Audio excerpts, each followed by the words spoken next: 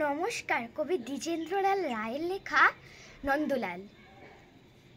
নন্দলাল তো একদা একটা করিল ভীষণ পণ, স্বদেশের তরে যে করেই হোক রাখিবেই সে জীবন। সকলে বলিল আহাহা, করো কি নন্দলাল? নন্দ বলিল, বসিয়া বসিয়া রহিব কি চিরকাল?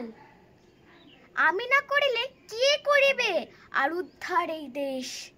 তখন সকলে বলিল, বাহবা বাহবা বাহবা বেশ।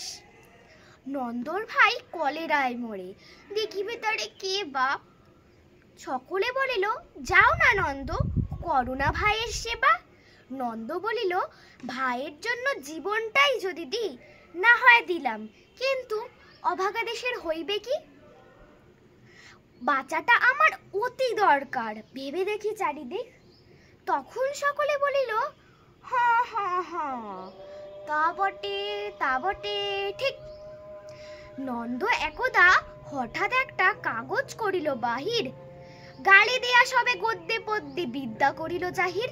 পড়িল ধন্য দেশের জন্য নন্দ খাটিয়া খুন, লেখে যত তার দ্বিগুণ, ঘুমায় খায় তার 10 গুণ। খাইতে ধরিল লুচি আর ছোঁকা, সন্দেশ থাল থাল। তখন সকলে বলিল, বাহবা বাহবা বাহবা নন্দলাল। নন্দ একদা এক কাগজেতে এক সাহেবকে দেয় গালি, সাহেব আসিয়া গলাটি তাহার টিপিয়া ধরিল খালি। নন্দ বলিল, আহা, করো কি, ছাড়ো না ছাই। কি হবে দেশে গলা টিপুনিতে, আমি যদি মারা যাই? বলো কি বিঘত, নাকে দেব ক্ষত, যা বলো করিব তাহা। তখন সকলে বলিল, বাহবা বাহবা বাহবা বাহা। নন্দ বাড়ির হতো না বাহির, কি জানি কোথা কি ঘটে কি জানি। চড়িত না গাড়ি, কি জানি কখন উল্টায় গাড়ি খানি।